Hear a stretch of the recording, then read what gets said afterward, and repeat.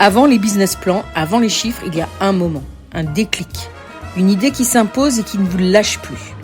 Thierry Watelet nous raconte ce point de bascule précis, celui où l'entrepreneur comprend que tout commence maintenant.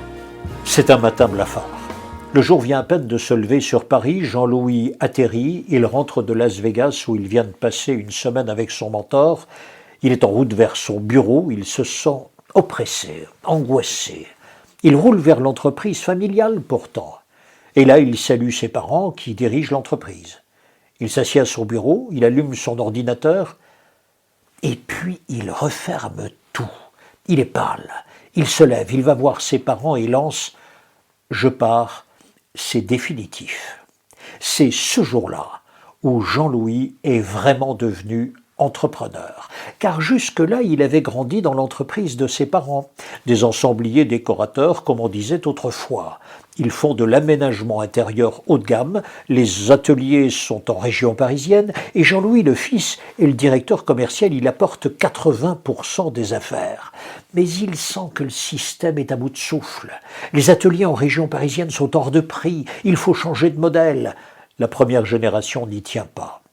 C'est dans ces conditions inconfortables et de remise en question qu'il part à Los Angeles avec son mentor, une semaine pour oublier le boulot. Et sa femme lui a même dit « Écoute, pars, ça te fera du bien ».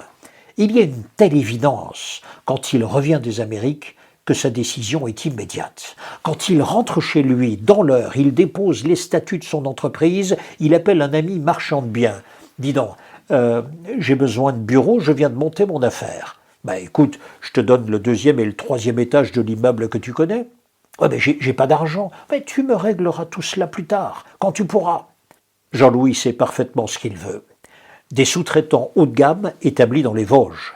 Il les rassemble. Une armée de sous-traitants de haute qualité.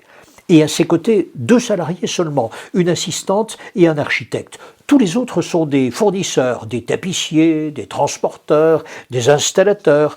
Oui, parce qu'il a une clientèle haut de gamme. Il doit aller au-delà de la satisfaction. Alors il ne s'entoure que des meilleurs, y compris pour le petit livreur. Il faut du correct, du respectueux. 12 ans plus tard, l'affaire est prospère.